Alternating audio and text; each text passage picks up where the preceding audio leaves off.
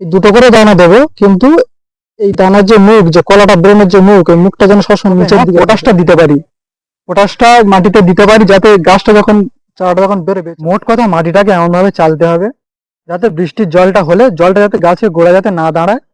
বন্ধুরা, আমার পিছনে এই যে ডাঙা বাড়িটা তোমরা দেখতে পাচ্ছ, এটা হচ্ছে 2 থেকে 2.5 কাঠা জায়গা এটা। তো এখানে আমি বর্ষাকালীন ভেন্ডি চাষ করব, এবং ভেন্ডি চাষ করতে গেলে বর্ষাকালীন, তো মাটির তৈরিটা কিভাবে কি করব, এবং দানাটা কিভাবে আমি বসাবো এখানে, এবং সবচেয়ে জরুরি যে বিষয়টা হচ্ছে সেটা হচ্ছে আমি দানা বসানোর আগে মাটিতে কি সার দিয়ে দানাটা বসাবো নাকি নর্মাল মাটিতে দানাটা বসাবো, এই সমস্ত বিষয় নিয়ে আজকে ভিডিওতে আলোচনা। তো তোমরা ভিডিওটা বন্ধুরা, প্রথমে আমি ভেবেছিলাম যে এই ডাঙা বাড়িতে আমি লতানো সবজি চাষ করব। তো লতানো সবজি চাষ করতে গেলে বাঁশ কিনতে হবে, জাল কিনতে হবে, তার দড়ি কিনতে হবে, অনেকটা খরচের বিষয় আছে।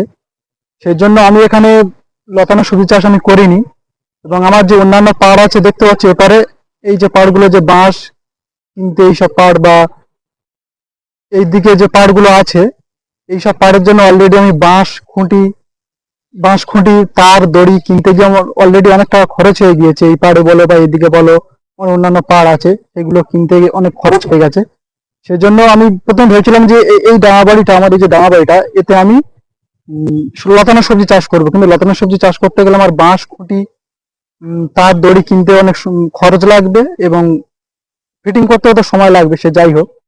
তো সেই জন্য আমি এখানে ভাবলাম যে ভেন্ডি চাষ করে নিই। ভেন্ডি চাষ করলে তো কিছু কিনতেও হবে না, শুধু দানাটা বসাবো, আর ওর তো কোনো এক্সট্রা খরচ নেই, বাঁশ তার দড়ির কোনো খরচ নেই। সেজন্য আমি এখানে ভেন্ডি চাষ করব। তো ভেন্ডি চাষটা কিভাবে কি করব, কিভাবে কি আমি লাইনটা টানবো, এবং কিভাবে কি মাটিটা তৈরি করেছি, ড্রেনটা কিভাবে দেব, সেই সমস্ত বিষয় নিয়ে আজকে আলোচনা। তো তোমরা ভিডিওটা, বন্ধুরা প্রথমে বলি মাটিটার বিষয়ে। যেহেতু এটা বর্ষাকালীন ভেন্ডি চাষ, সেহেতু মাটিটাকে এমন ভাবে চেলে নিতে হবে যাতে এখানে কোনো রকম ভাবে জল যাতে না দাঁড়ায়। আমার এই যে ডাঙা বাড়িটা দেখতে পাচ্ছ, এটা ডাঙা বাড়িটা আমার এমন ভাবে তৈরি, এমন ভাবে না, এইভাবেই জেসিবি দিয়ে মাটি কাটতে গিয়ে এইভাবেই হয়েছে, একদিকে উঁচু একদিকে নিচু।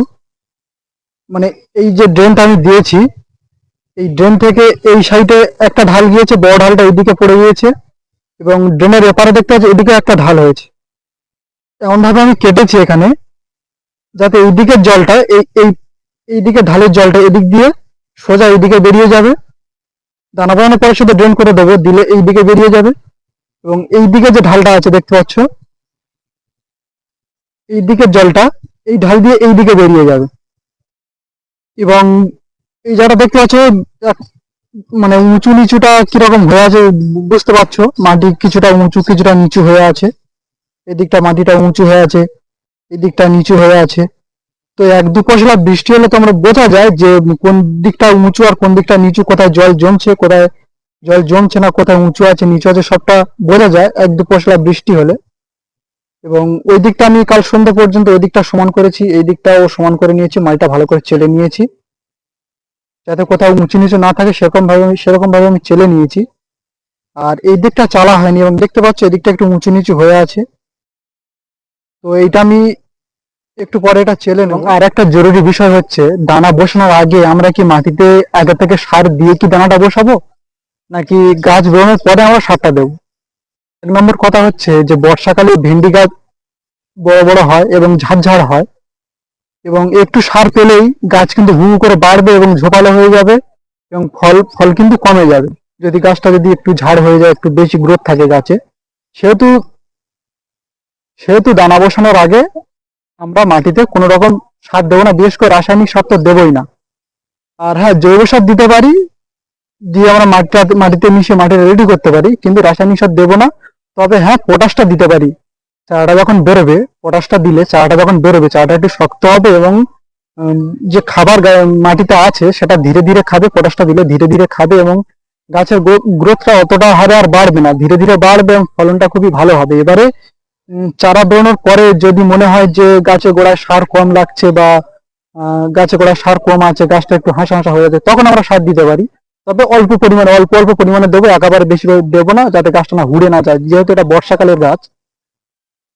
তো এই হচ্ছে সারের বিষয়। সার আমরা টোটালি দেবো না, জৈব সার দিতে পারি, এবং তার সাথে আমরা কিছুটা, বন্ধুরা এই যে ঢাস দানা আমি এখানে বসাবো, এটা কিভাবে বসাবো, কতটা দূরত্বে সেটা তোমাদের দেখাই। ক্যামেরাটা একটু নিচু কর। বন্ধুরা এইখানে আমি একটা দানা দিয়েছি, আর এইখানে একটা দানা দেবো। এর মাপটা কতটা আমি দেখিয়ে দিই।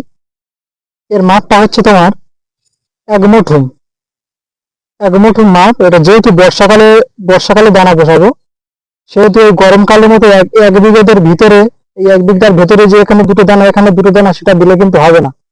যেহেতু এটা বর্ষার ঢেঁড়স, সেহেতু তোমাদের এটা কমপক্ষে 1 মুঠো ফাঁক রাখতে হবে, 1 মুঠো দূরত্বে এটা বসাতে হবে।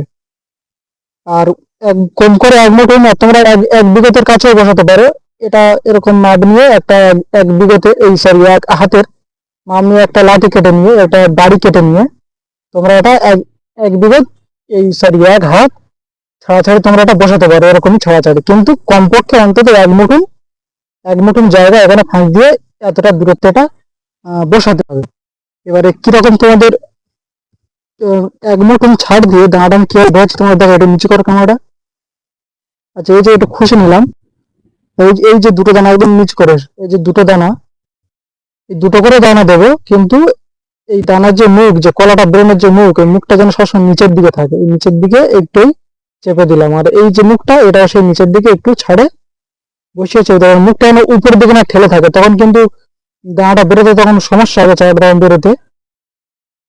এই যে মাটি চাপা দিয়ে দিলাম, এবং এদিকে আমি যে উঁচু কর ক্যামেরাটা, এই যে এটা আমি সমান মাটিতে বসাচ্ছি। তোমরা ভাবছো হয়তো আমি ড্রেন দিয়ে বসাচ্ছি না মাটিটা, এই সরি দানাটা আমি ড্রেন দিয়ে বসাচ্ছি না, এটা আমি এরকম সমান মাটিতে বসাচ্ছি। এবারে যখন চারা বেরিয়ে যাবে অল্প অল্প করে মাটি গোড়া দিয়ে দিবে, তখন ফাইনাল একটা ড্রেন দিয়ে দেবো, দিলে তখন জলটা ভারী, যখন বর্ষা পড়বে তখন জলটা অলরেডি তখন বেরিয়ে যাবে। আবার এটা 1 মুঠো নিলাম, এখানে একটা ছোট করে পাশ মেরে দিয়ে দুটো দানা এখানে নেব, নিয়ে এইখানে দানা মুখটা নিচের দিকে দিয়ে, এটা এই দানা মুখটা নিচের দিকে দিয়ে হালকা করে মাটি চাপা দেবো। এবার এখানে অবশ্য ছাই দিলে ভালো হতো, ছাই আমার নেই, সেহেতু মাটি দিয়ে দিচ্ছি। অসুবিধা নেই, বেরিয়ে যাবে, জয় সব বেরিয়ে যাবে গরমে, এটা তো বেরিয়ে যাবে। এবারে তোমাদের বলে রাখি, এটা তো হলো দানা থেকে দানা, এটা 1 মুঠো দিলাম। এবারে সাইডে যে দূরত্বটা এখানে দেবো তোমাদের দেখাই, এদিকে এসো, এদিকে এসো। এই যে সাইডে যে দূরত্বটা, মানে মধ্যখানে ড্রেনটা কিরকম থাকবে, এটা আমি 1 হাত মাপ নিয়েছি, দেখতে পাচ্ছ। এখানে আমি 1 হাতের একটু বেশি আছে, একটু বেশি থাকলে অসুবিধা নেই, 1 হাতের থেকে একটু বেশি হলে অসুবিধা নেই, কিন্তু 1 হাতের থেকে যেন কম যেন না থাকে, কারণ এর ভিতরে ঢুকে কিন্তু ঢাঁড়সটা ভাঙতে হবে। সেহেতু অন্তত কমপক্ষে 1 হাত, 1 হাতের বেশি হলেও সমস্যা নেই, কিন্তু কমপক্ষে 1 হাত। এই দানা থেকে এখানে যে দানাটা দিয়েছি, এই দানা থেকে এই দানা অন্তত 1 হাত ফাঁক রাখতে হবে। আর এই যে দানা থেকে এই পারে যে দূরত্বটা, এটা হচ্ছে 1 মুঠো, এই যে 1 মুঠো, 1 মুঠো দূরত্বে রাখবে। এটা 1 হাত রাখতে পারো, রাখলে একটু বেশি পাতলা হয়ে যায়, তবে কমপক্ষে এটা 1 মুঠো রাখতে হবে দানা থেকে দানা। আর এই যে সারি, যেটা এই যে এই দানা থেকে এই দানা সাইডে যে দূরত্বটা, এটা কমপক্ষে 1 হাত রাখতে হবে। তারপরে 1 হাতের বেশি রাখলেও সমস্যা নেই, কিন্তু এটা কমপক্ষে 1 হাত, এটা কমপক্ষে 1 মুঠো। এইভাবে দানাটা তোমরা বসাবে। বন্ধুরা, ভিডিও যদি ভালো লাগে তো অবশ্যই লাইক, কমেন্ট এন্ড সাবস্ক্রাইব করে দিও। আজকের ভিডিও এই পর্যন্ত।